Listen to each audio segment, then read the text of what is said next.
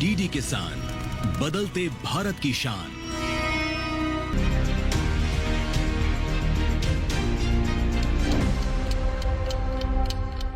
नमस्कार, आप देख रहे हैं दूरदर्शन किसान चैनल। हमारे खास कार्यक्रम विचार विमर्श में मैं आदित्य शर्मा आप सभी का स्वागत करती हूं। हमारे देश भारत में प्रकृति के प्रति हमेशा से ही गहरा सम्मान रहा है। अथर्ववेद में भी कहा गया है कि प्रकृति हमारी माता है और हम सभी इसके बच्चे हैं। और ये जो बात है, ये कई सदियों से हमारे जीवन शैली का हिस्सा भी रही है। लेकिन बदलते समय के साथ विकास की अंधी दौड़ में हम कहीं ना कहीं पर्यावरण और प्रकृति को नजरअंदाज करते आ रहे हैं। जी हाँ, जो हमारा कर्तव्य है हम उसे भूलते आ रहे हैं। लेकिन अब समय आ गया है कि अब हमें अपने दायित्व को निभाना होगा। प्रकृति को बचाने के लिए, पर्यावरण की सुरक्षा के लिए बढ़ चढ़ कर काम करना होगा। इसके लिए क्या तौर तरीके हैं, कौन सी हम पहल कर सकते हैं, इसके बारे में आज के हमारे इस कार्यक्रम में हम विचार विमर्श करेंगे। तो विषय क्या है, आइए बता देते हैं। आज के कार्यक्रम का विषय है पर्यावरण बचाएं, खुशहाली लाएं। जी हाँ, पर्यावरण को बचाएंगे तभी तो हम विश्व भर में खुशहाली ला पाएंगे। तो इसी पर आज हम विचार विमर्श करेंगे। हमारे साथ हमारे विशेषज्ञ उपस्थित हैं। आइए परिचय करवा देते हैं। हमारे साथ स्टूडियो में मौजूद हैं डॉक्टर सुनील कुमार बकोलिया जी, जो एक पर्यावरणविद हैं। साथ ही साथ डॉक्टर नीरज गुप्ता जी उपस्थित हैं आज चर्चा में, पर्यावरणविद ये भी हैं। और एक और पर्यावरणविद हमारे साथ उपस्थित है, डॉक्टर BL यादव जी। आज इन तीनों ही मेहमानों से हम इनके अनुभव जानेंगे, तौर तरीकों को सीखेंगे कि कैसे हम भी पर्यावरण को बचाने के लिए एक छोटी सी ही सही लेकिन पहल की शुरुआत जरूर कर सकते हैं। तो बिल्कुल बहुत बहुत स्वागत करना चाहूंगी मैं आप तीनों ही हमारे विशेष मेहमानों का कार्यक्रम विचार विमर्श में। तो आज के चर्चा की शुरुआत करें, विचार विमर्श की शुरुआत करें। डॉक्टर नीरज गुप्ता के पास पहले आना चाहेंगे। डॉक्टर नीरज गुप्ता, जब हम बात करते हैं पर्यावरण की, आजकल हम देख रहे हैं कि बेमौसमी बारिश हो रही है, गर्मी ज्यादा है, सर्दी कम पड़ रही है, तो ये सब जलवायु परिवर्तन के चलते हो रहा है। इसको आप किस नजरिए से देखते हैं? सबसे पहले तो मैं ये बताना चाहूँगा कि पर्यावरण जो शब्द होता है वो संस्कार होता है जी। और भारत में आज की जो स्थिति बनी हुई है, मैं दिल्ली की ही बात कर रहा हूँ। दिल्ली में कुछ जगह वर्षा नहीं हो रही है, कुछ जगह भारी वर्षा हो रही है जी। तो भारी वर्षा होने के पीछे रीजन है, आप चेक भी कर सकते हैं। जहाँ पेड़ पौधे ज़्यादा है वहाँ वर्षा होगी जी, जहाँ कमी होगी वहाँ वर्षा नहीं होगी। तो लेवल हम सबका बराबर होना चाहिए पर्यावरण का। जब तक लेवल बराबर नहीं होगा तब तक वो मौसम या प्रकृति का जो भी सिस्टम है वो ठीक ढंग से काम नहीं कर पाएगा। आप कृत्रिम कोई कारखाना या मशीन चलाती हैं तो जहाँ तेल जब तक जाएगा तब तक तो वो ठक ठक करके चलता रहेगा। जैसे तेल समाप्त होता है वैसे स्थिति डैमेज हो जाती है। तो वही से प्रकृति का भी है कि प्रकृति अभी कुछ इलाकों में जोरदार बारिश हो रही है बिल्कुल, और कुछ इलाकों में जस्ट लाइक मैं ही बता रहा हूँ, मेरे बिहार बेतिया में पानी का नामो निशान नहीं है। हम लोग पानी के लिए त्राहिमाम है। इसके पीछे रीजन है कि हम प्रकृति के दोहन कर रहे हैं, पेड़ पौधे नहीं लगा रहे हैं, प्रकृति की सोच के साथ नहीं चल रहे हैं। तो ये कमियां हैं। कुछ जगह भारी बारिश हो रही है, कुछ ऐसे शहर है जहाँ भारी बारिश हो रही है, बहुत समस्याएं पैदा हो रही है। तो बिल्कुल देखिए, हम परिवर्तन देख रहे हैं। एक जगह भारी वर्षा है, एक जगह बिल्कुल भी बरसात नहीं है। क्या वजह है? हमारे विशेषज्ञ ने इसके बारे में भी हमें जानकारी दी है कि पेड़ पौधों की कमी है। जब पेड़ पौधे ही नहीं होंगे तो प्रकृति में संतुलन कैसे बैठेगा? तो इसके लिए बहुत जरूरी है कि हम पेड़ पौधे ज्यादा से ज्यादा लगाने का काम करें। जैसे यहाँ पर जिक्र किया गया कि पेड़ पौधे जो है, पर ये आशंका आ जाती है सभी के मन में कि पेड़ पौधे लगाएं तो कौन से लगाएं, कौन सा पौधा लगाना सही रहेगा, कौन सा नहीं रहेगा। इसी असमंजस में लोग जो है पौधों का चयन नहीं कर पाते और ये बात आई गई हो जाती है। तो ऐसे में डॉक्टर नीरज गुप्ता, क्या सलाह रहेगी आपकी? पौधा किसी भी प्रकार का लगाएंगे, वो सभी पौधे ऑक्सीजन देते हैं। लेकिन अगर आप घर में लगा रहे हैं तो घर में लगाने से बहुत सारे छोटे इंडोर प्लांट आते हैं जो 24 आवर्स भी ऑक्सीजन देते हैं। और कोशिश करें कि घर में जितने भी पौधे आप लगाते हैं वो इंडोर प्लांट के साथ साथ तुलसी का पौधा लगाएं, आयुर्वेदिक पौधा लगाएं जो सेमी शेड एरिया और कम धूप कम छांव के लिए भी रहता है। जब हम किसी पार्क या किसी ऐसे जगह पर लगाते हैं पौधा, तो हमारे डॉक्टर साहब ने कहा था कि पेड़ पौधे जब पार्क में टहलने जाते हैं तो उसका भी असर पड़ता है। तो मैं बता दूं कि ये 110% सत्य है कि जब आप पार्क में जाते हैं तो पेड़ पौधे की जो गंध आती है, जो महक मिलती है, वो आपके शरीर में बहुत बड़ा बेनिफिट का काम करता है। हर पेड़ की अलग अलग अपनी रूपरेखा है, अपनी प्रकृति की अपनी तरीका है, ठीक है। तो वो चीज़ होती है। तो वो पेड़ पौधे जब भी हम लगाएं किसी भी पार्क में, किसी भी पार्क में आप लगाते हैं या किसी भी स्थान पर लगाते हैं, तो हम सबसे ज़्यादा ध्यान रखें कि हम किस टाइप के पौधे लगाते हैं और कितना वो ऑक्सीजन लेवल अप्रोच कर पाएगा। अब बरगद पीपल तो इतनी ज़्यादा आबादी बढ़ गई है तो थोड़ी दिक्कत हो जाती है। बरगद पीपल तो लगाने में थोड़ा असमर्थ हो जाता है लोग। हालांकि बरगद पीपल तो बहुत ज़रूरी है, लेकिन फिर भी अगर आपको लगता है कि हाँ छोटे पौधे में हैं, तो आज मुझे लगता है कि मार्केट में एक से एक पौधे आ गए हैं जो छोटे पौधे हैं, 24 आवर ऑक्सीजन देते हैं और कम जगह पर ही अपना रूपरेखा तैयार करते हैं। तो इसका भी हमें ध्यान रखना पड़ेगा। और साथ में जब हम बात करते हैं कि पार्क वगैरह की, तो कोशिश करें, हमारे यहाँ जैसे कि कहा जाता है कि 9 ग्रह के भी पौधे होते हैं, ठीक है। तो 9 ग्रह के पौधे आप लगाते हैं और उसके साथ साथ आयुर्वेदिक है, आपका अर्जुन है, अर्जुन के पौधे लगाते हैं, फिर आप नीम के पौधे लगाते हैं। तो ये सब जो छोटे पौधे हैं जो आपके पार्क में रहने लायक है और ज़्यादा से ज़्यादा ऑक्सीजन के साथ साथ आपके शारीरिक स्वस्थता को भी बरकरार रखेगा और आप स्वस्थ रहेंगे। और जब तक आप स्वस्थ रहेंगे तब तक आप मस्त रहेंगे। जी बिल्कुल, बहुत ही बेहतरीन बात यहाँ पर कही है कि जब तक स्वस्थ रहेंगे तब तक मस्त रहेंगे। और अपने स्वास्थ्य को बेहतर बनाए रखने के लिए बहुत जरूरी है कि हम विशेषज्ञ जो है हमें लगातार जागरूक कर रहे हैं इसके प्रति। तो अब आपको और जागरूक होना है, तो इसके लिए हमारी चर्चा को आगे बढ़ाते हैं। यहाँ पर रुख करते हैं डॉक्टर नीरज गुप्ता का। डॉक्टर नीरज गुप्ता, ये तो हम बात कर रहे हैं कि हमारे जो आमजन है या फिर किसान भाई बहन है, देशवासी हैं, वो पेड़ पौधे लगा करके अपने दायित्व को निभा सकते हैं। लेकिन बहुत बड़ी बात यहां पर आ जाती है प्रबंधन की भी। अगर हम बात करें, शहरों की बात करें, ग्रामीण क्षेत्रों की बात कर लें, कचरा यहां तहां पड़ा रहता है, उसका प्रबंधन सही तरीके से नहीं किया जाता है, जिससे बहुत ज्यादा नुकसान भी होता है। इसको लेकर क्या सलाह रहेगी आपकी? देखिए, कचरे की बात कहीं तो सरकार का बहुत पैसा खर्च होता है कचरे प्रबंधन पर जी, और अभी वेस्ट मैनेजमेंट पर अत्यधिक पैसा खर्च हो रहा है। इसमें सिर्फ सरकार की भूमिका ही नहीं, आम जनता की भूमिका भी होनी चाहिए। हर घर हरा डब्बा और नीला डब्बा मिला हुआ है गीला कचरा और सूखा कचरा के लिए, लेकिन लोग हरे डब्बे और नीले डब्बे का यूज नहीं कर पा रहे हैं ढंग से। या तो ये कहें कि उन्हें प्रॉपर वे में सरकार द्वारा ट्रेनिंग ना मिले हो या जानकारी ना हो प्रॉपर वे की, या इंसान खुद सोच रहा है कि डिब्बा में मैं कचरा क्यों रखूँगा, दूसरा डिब्बा या दूसरी जगह रखूँ।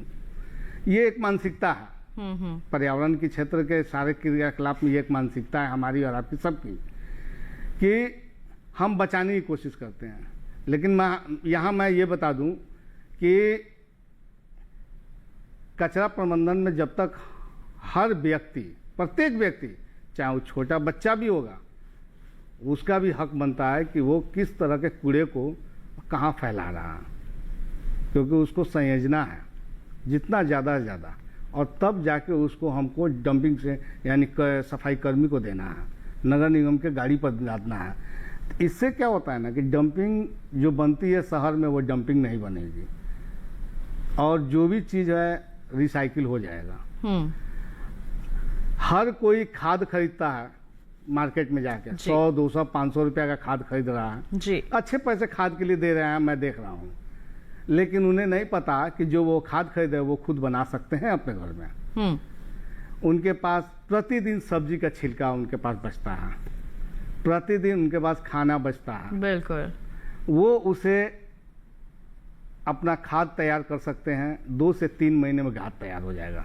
कोई बहुत बड़ी चीज़ नहीं है, ये हम लोग करते भी हैं, ठीक है। तो ये एक हमारा सेट होना चाहिए कि गीला कचरा जो है उसको हम अपने घर में खाद बनाएं और अपने पौधे में डालें।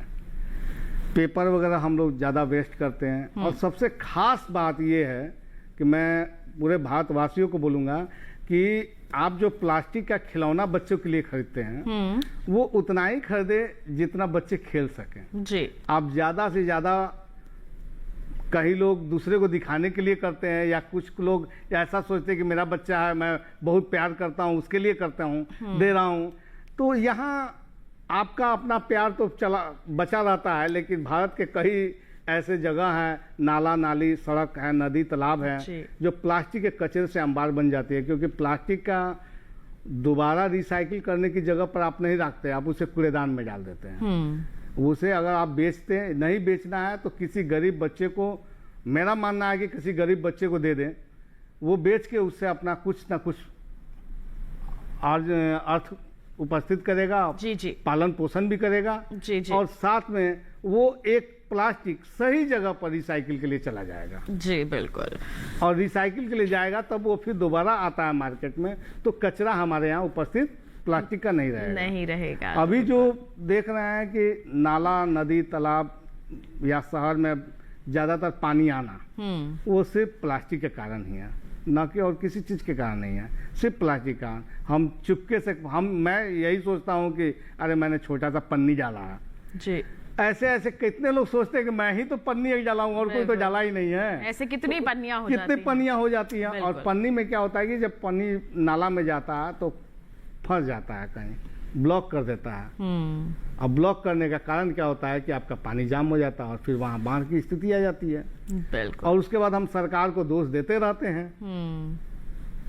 ये एक प्रक्रिया हम अपने आजमाएं कि जितना ज्यादा हो, वेस्ट को जो हम इधर उधर फेंकते हैं वो हम सही जगह पर रखें और उसका इस्तेमाल हो, और ज़्यादा से ज़्यादा कोई भी आइटम हम ना खरीदें जो हमारे शहर या समाज को बर्बाद करता हो, प्रदूषित करता हो।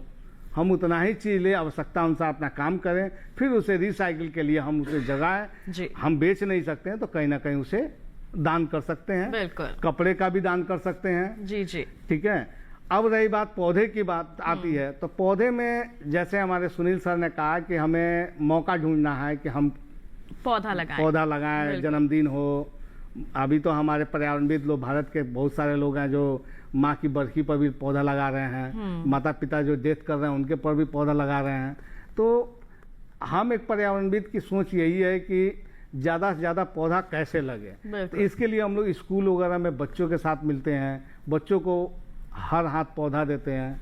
हर हाथ पौधा का मतलब हुआ कि बच्चे पौधा लेके जाते हैं, फिर पौधा लगाने के बाद वो वीडियो क्लिप या फोटो भेजते हैं। उनको हम लोग सम्मानित भी करते हैं बच्चों को उस स्तर से कि वो बच्चा फिर साल 2 साल 3 साल हम उनका टेकअवर भी करते हैं, देखते भी हैं कि 3 साल में बच्चा जिनका पौधा ज़्यादा स्वच्छ और सुंदर होगा उनको हम लोग पुरस्कृत भी करते हैं। तो ये इस तरह के कार्यक्रम हम लोग स्कूल वगैरह में कराते हैं ताकि जिससे यहाँ पर जागरूकता है। प्लास्टिक नो कैंपेन के लिए हम लोग उस पर ज्यादा ध्यान देते हैं कि प्लास्टिक नो कैंपेन में ये होता है कि बच्चे को हम लोग ज्यादा टेकअवर करते हैं कि बच्चे को ये बताते हैं कि पिताजी को बोलिए झोला लेके जाने के लिए। बिल्कुल। ये झोला आपके पिताजी लेकर जाएंगे और झोला में सामान लेके आएंगे। प्लास्टिक के हुए हानिकारक के लिए विस्तृत रूप से उनको हम लोग प्रोजेक्ट वाइज ट्रेनिंग देते हैं, बच्चों को बताते हैं स्कूल में। बच्चे बहुत सारे संकल्प भी लेते हैं और मुझे लगता है कि ज्यादातर बच्चे अब तो पिताजी को बोलते हैं कि आप झोला लेके क्यों नहीं गए, बिल्कुल प्लास्टिक में क्यों लेके आए। तो ये एक होता है कि तो बच्चे तो वैसे भी हमारे देश का भविष्य है। अगर हम उन्हें यहाँ पर सही ट्रेनिंग देंगे तो आगे चल के ये समस्याएं आएंगी ही। ये एक शिक्षा के जगत की बात आती है, तो शिक्षा के स्तर पर मैं यही चाहूंगा कि इसकी भी सरकार द्वारा एक प्रोसेस प्लानिंग होनी चाहिए कि एक एनवायरमेंट सब्जेक्ट ऐड करके, क्योंकि आने वाला भविष्य बहुत बड़ा विनाशकारी होने वाला है। अगर हम आज नहीं संभले तो कल हमारा भविष्य नहीं संभल पाएगा और नई जनरेशन, हम लोग इतनी परेशानियों का सामना कर रहे हैं तो नई जनरेशन कितनी परेशानियों का सामना कर रही है। बिल्कुल। तो ऐसे में बहुत जरूरी है यहाँ पर जागरूक होने की। और बहुत ही अच्छी बात यहाँ पर कही है कि अपनी समस्याओं के लिए दूसरों को जिम्मेदार ठहराना बहुत आसान बात है, लेकिन उसका समाधान अगर हम खुद से निकालेंगे तो देखिएगा कितना बेहतर बदलाव हम महसूस कर पाएंगे। कुछ भी समस्या होती है हम सरकार पर टाल देते हैं, क्यों? अपनी जिम्मेदारी निभाइए, पेड़ पौधे लगाइए, कचरे का प्रबंधन सही तरीके से कीजिए, फिर देखिए कि आपका आपका पर्यावरण, आपकी जो प्रकृति है, आपके लिए कितनी खुशहाली लेकर आती है। यही हम सबका जो है सलाह है, संदेश है हमारे सभी दर्शकों के लिए कि पर्यावरण को बचाने के लिए आप एक कदम जरूर बढ़ाइए। और एक कदम बढ़ाने के लिए हमारी सरकार द्वारा एक मिशन भी शुरू किया गया है। यहाँ पर बात होती है स्मार्ट कृषि की, तो इसको लेकर डॉक्टर नीरज गुप्ता क्या कहना चाहेंगे आप? स्मार्ट कृषि की जो भूमिका है या स्मार्ट कृषि हम लगाना चाहते हैं, इस पर खासकर हम सभी को ये ध्यान देना पड़ेगा कि हम जिस पेड़ पौधे को लगा रहे हैं खेत में, जिस भी पौधे का मतलब किसानी कर रहे हैं, खेती किसानी कर रहे हैं, तो उसके बारे में हमें पूरी जानकारी होनी चाहिए। उस पौधे को क्या जलवायु चाहिए, क्या खाद चाहिए, पौधे का ग्रोथ क्या है, कितने समय में हमें वह अनाज देगा। तो ये जो विधि अभी डॉक्टर साहब ने बताया था, डॉक्टर वी.एल. यादव ने, कि सरकार को भी थोड़ी सी, तो ये एक मैनुअल होता है, जैसे कि बहुत सारी संगठन काम कर रही है, ऐसा नहीं है कि नहीं कर रही है, सरकार भी इस पर काम कर रही है, संगठन भी काम कर रही है। तो मैं सभी संगठनों से यह चाहूँगा कि वो जैसे गांव में जो भी प्रकार की आप किसानी खेती जो करते हैं, उनको व्यक्तिगत ट्रेनिंग मुहैया कराएं, उनको व्यक्तिगत लोगों को बताएं कि किस पौधे से क्या ग्रोथ है, क्या व्यवस्था है, उस पर कितना परसेंटेज खाद जाता है। हालांकि पुराने किसान हमारे सर भी जानते थे, एक नए किसान अभी पैदा हुए हैं जो हाइब्रिड को लेके, नए रासायनिक खाद को लेके पड़े हुए हैं, तो जिनकी जानकारी अधूरी हो गई है, इसलिए ऐसी समस्याएं पैदा हुई है। तो मैं यही चाहूँगा कि जो भी संगठन काम करती है, इस पर सरकार काम करती है, तो एक बार जो भी है गांव में लोगों को मोटिवेट करें, लोगों को बताएं कि स्मार्ट कृषि क्या है। स्मार्ट शब्द ही होता है कि आप सर्वगुण संपन्न हो। बिल्कुल ठीक है, तो स्मार्ट सर्वगुण संपन्न कब होंगे? जब आप उसकी जानकारी लेंगे। जब किसान भी बच्चे को अब बाहर भेजना नहीं चाहते हैं, लेकिन किसी ना किसी परिस्थिति के कारण जाना पड़ता है, तो मेरा मानना है कि स्मार्ट कृषि नहीं होने के कारण ही जाते हैं, क्योंकि वो खेती सही से कर नहीं पाते हैं और नुकसान हो जाता है, और कर्ज में डूब जाने के कारण वो बाहर जाते हैं कमाने। बिल्कुल ठीक है, या अपनी पारिवारिक जो भी परिस्थितियाँ होती है उसको देखने के लिए। तो ये बेहद ज़रूरी है कि हम जो भी किसान अगर पैदावार करते हैं, तो पुराने जो किसान हैं, जो शुरू से किसानी करते आ रहे हैं, उनसे हम राय लें, समझें, जो नए किसान हैं। और सरकार के भी हर एक ऐप आ चुका है, सरकार की, संगठन की भी ऐप आता है, समय पर जानकारी मिलती रहती है, उसके अनुसार खेती और साथ में पैक्स भी है आपके पास, गांव में पैक्स भी है। तो मैं ये कहूंगा कि पैक्स है तो उनसे भी पूछिए, नहीं जानकारी होती है तो उनसे साझा कीजिए, वो बाकी विशेष जानकारी आपको जुटा के देंगे। ये एक बहुत बड़ी कड़ी है, कड़ी हमारी सभी बनी हुई है, हम कड़ी में फिट नहीं बैठे हैं, कड़ी सब है, कड़ी में फिट नहीं बैठे, जिसके कारण समस्याएं। बिल्कुल, तो यहाँ पर देखिए हार्ड वर्क तो करना है, कड़ी मेहनत तो करना है, साथ ही साथ स्मार्ट वर्क भी करना है, जिससे हमारी खेती किसानी को हम बेहतर बना सके। हम यहाँ पर जलवायु स्मार्ट कृषि की अगर बात करते हैं, तो जलवायु बना सकते हैं, जिससे जलवायु परिवर्तन को रोकने में अच्छी भूमिका वो निभा सकते हैं, और साथ ही साथ अपनी आमदनी को तो बढ़ा ही सकते हैं, खेत की मिट्टी की सेहत को भी बेहतर बना सकते हैं। बिल्कुल, अब मैं यहाँ पर सबसे संदेश लेना चाहूंगी, हमारे जो दर्शक हमें देख रहे हैं, किस तरह से वो पर्यावरण को बचा सकते हैं, क्या दायित्व निभा सकते हैं, अपनी जिम्मेदारी को पूरी कर सकते हैं, इसके लिए डॉक्टर नीरज गुप्ता सबसे पहले क्या कहेंगे आप? मेरा तो एक ही मानना है कि हम जहां भी रहें, जिस भी परिवेश में रहें जी, हम अपने शहर और धरती की सुरक्षा और सुरक्षा के लिए कटिबद्ध रहें जी। और प्रत्येक व्यक्ति से मैं यही आग्रह करूंगा कि दो चीज अपने जीवन में संकल्प लें, आज और अभी इसी वक्त, चाहे वो किसी भी उम्र को हो। सबसे पहले कि वो प्लास्टिक को ना कहें अपने जीवन से, और यत्र तत्र प्लास्टिक ना फेंकें, क्योंकि यही प्लास्टिक आपके जीवन का काल होता है।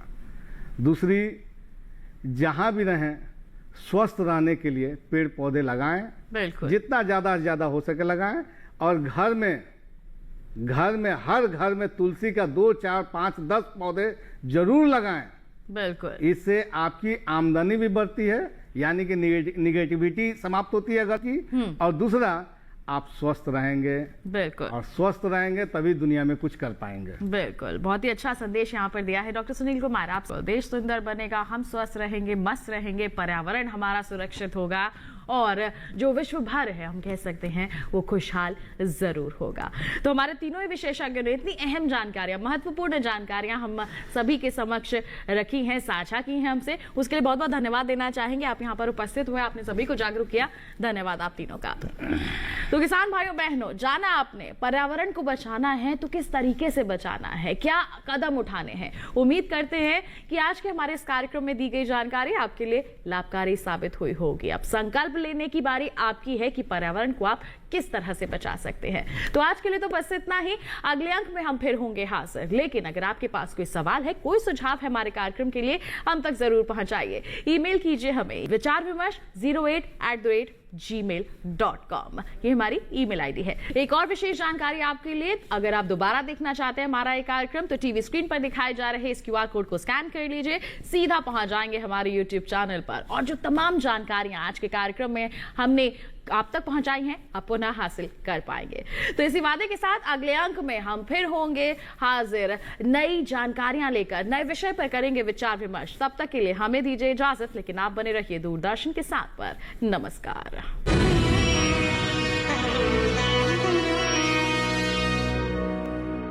नमस्कार किसान भाइयों